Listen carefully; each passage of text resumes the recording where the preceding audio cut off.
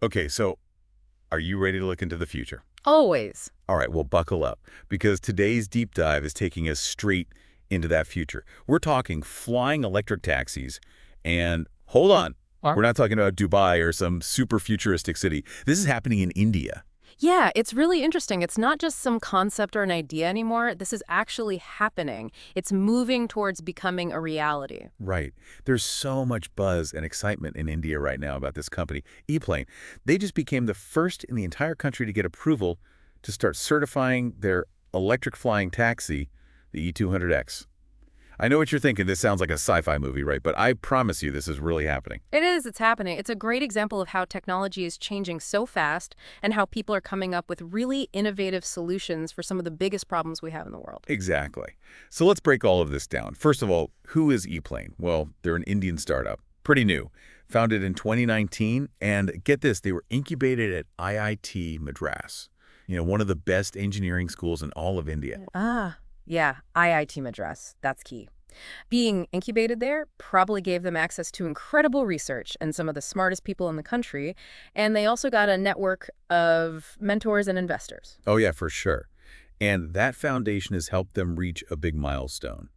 Back in May 2023, they got something called Design Organization Approval.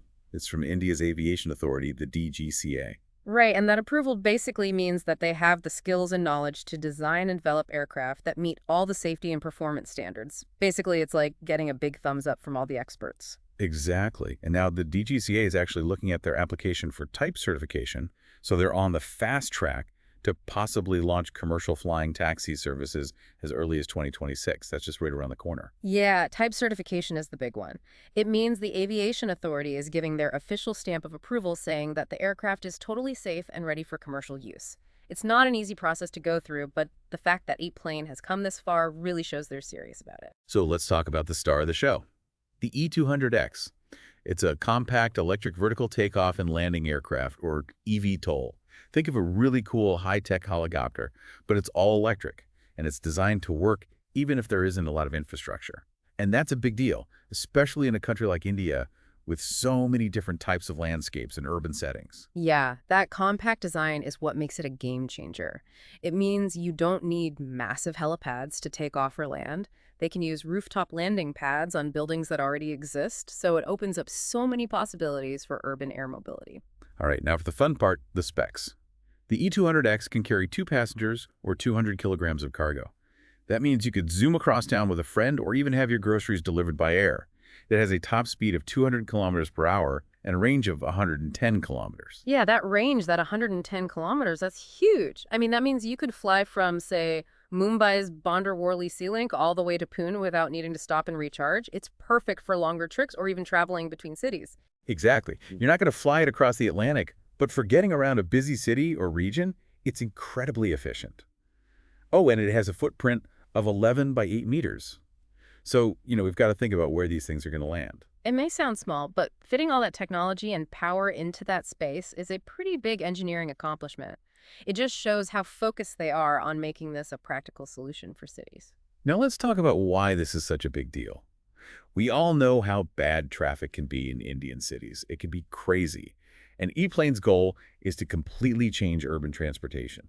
They want to give people a way to escape all that traffic.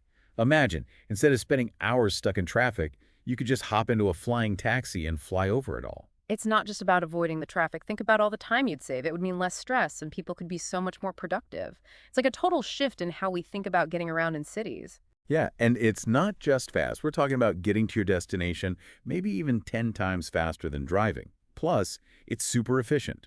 No more stop-and-go traffic, just a smooth ride straight to where you need to go.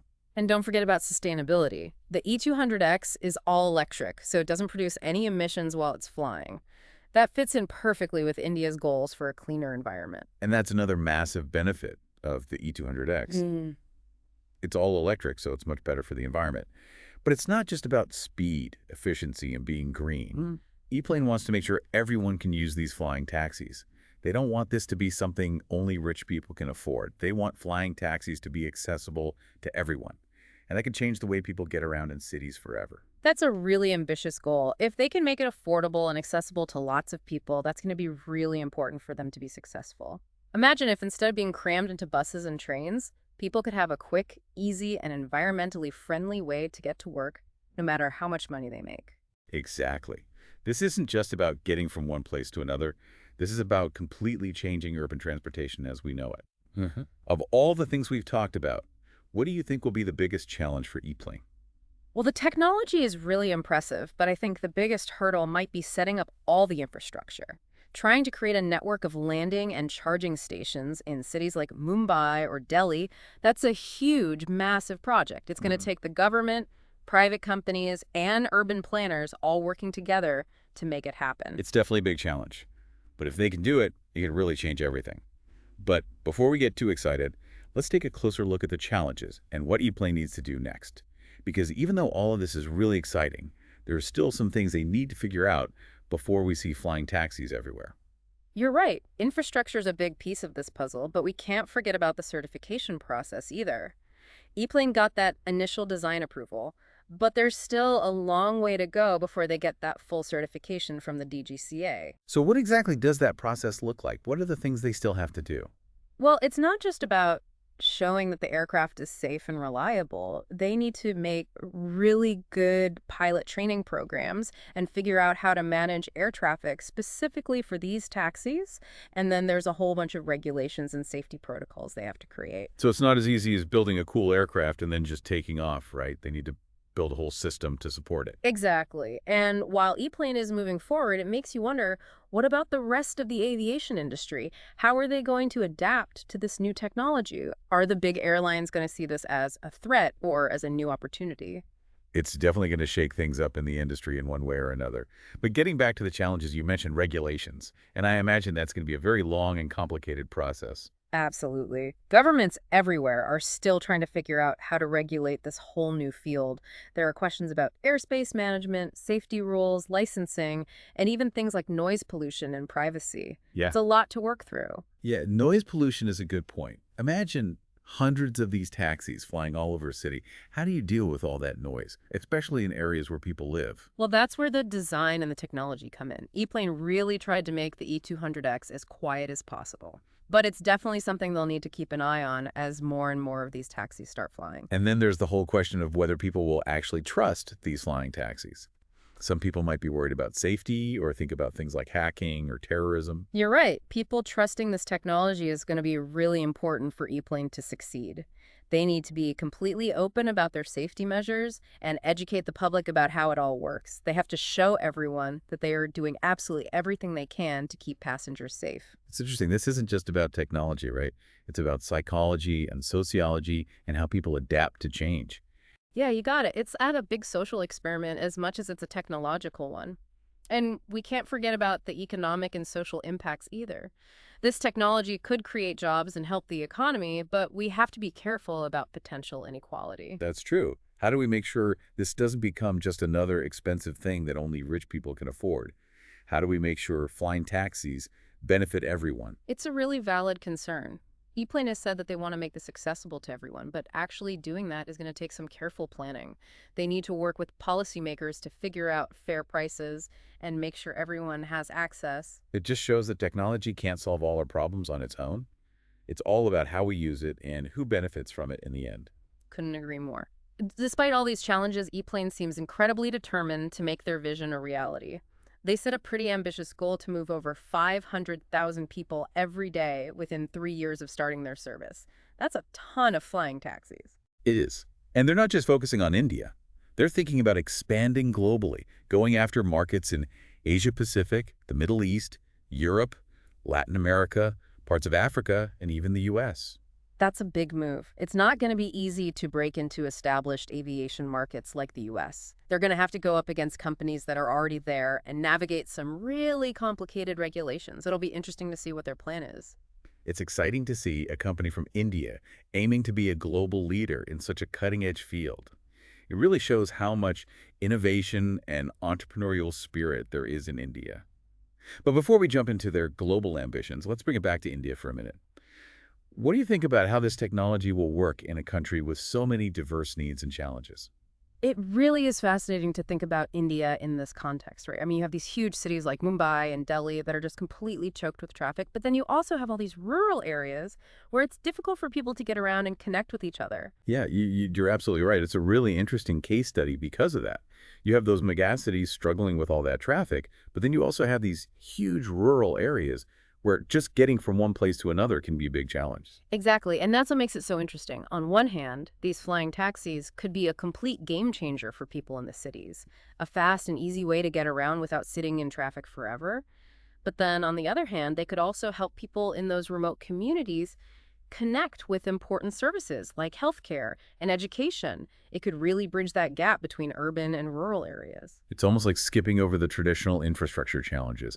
Instead of spending all that time and money building roads, you could have these flying taxis connecting everyone and everywhere much faster. Imagine the impact this could have on healthcare. Think about a doctor in a big city who can use telemedicine to see patients in a small village far away, and then, if they need to, send medicine or even transport a patient to a hospital using one of these flying taxis. It could completely change how quickly emergency services can respond to. Instead of waiting for an ambulance to get through traffic, a flying taxi could get a patient to a hospital so much faster. It could actually save lives. We do have to be realistic, though. There are still some challenges to think about when it comes to making this technology work in India. Affordability is a big one. You're right.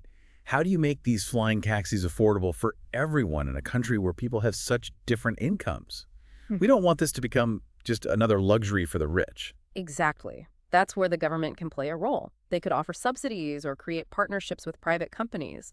And they'll need to come up with creative pricing models, too. Maybe a system with different levels, where essential services like healthcare and emergency response are subsidized by the government to keep costs down, while commercial services are priced more competitively. That's a complex issue, but it's definitely one they need to figure out from the very beginning. And what about the environmental impact? We've talked about the benefits of electric aviation, but if there are going to be lots of these flying taxis, it'll take a lot of energy to keep them running. India will need to invest in more renewable energy sources. Absolutely. India has already made good progress with renewable energy, but to keep up with the demand from a whole fleet of electric flying taxis, they're going to have to produce even more.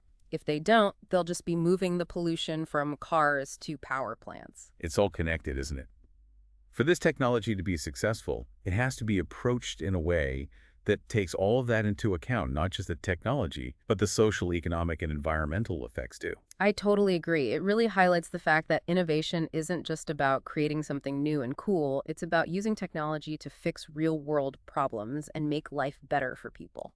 So as we come to the end of our deep dive today, I'm feeling excited about the future and a little bit overwhelmed by all the possibilities and challenges that come with it. It's definitely complex and it's constantly changing, but one thing's for sure, the future of transportation is about to take off, and it's going to be an amazing journey to watch. We've covered a lot of ground today. We talked about ePlane, the E200X, the technology, the challenges, and the potential impact this could all have. But as always, we want to leave you with something to think about. ePlane wants to make these flying taxis something you see everywhere, not just in India, but all over the world. Imagine a future where these things are just as common as ride-sharing apps are now. How do you think that would change our cities, our lives, the way we think about distance and time? It's a future worth thinking about, and maybe even one we can all help to create. Thanks for joining us on this deep dive. Until next time, keep looking up.